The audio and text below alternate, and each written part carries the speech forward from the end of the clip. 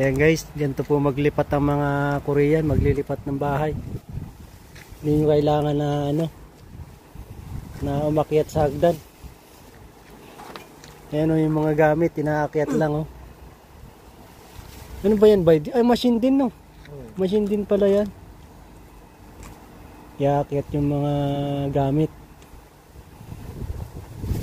Inaangat lang yung anong yun. Yung parang elevator na yan. Galing ano. Hindi mo kailangan umakyat. Kasi may fourth floor yan eh. Fourth floor. Lumamig pa uli. Oo, fourth floor yan. Tingnan mo naman yan. Gaano kadali nila ginagawa yan. Oo. Ganun lang oh. Tingnan mo yung mga gamit. Isang truck. Naglilipat.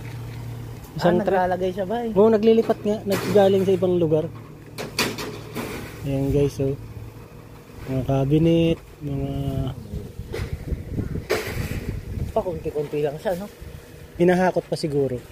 Ah, bigyan kayo ng ano ba eh, no? Bigyan kayo ng tag. 350. Tama, ano? Ayan guys, oh, ganyan kadali ang paglipat nila dito sa Korea.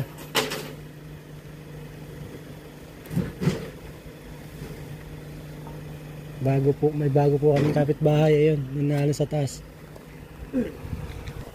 Ayan, maraming salamat.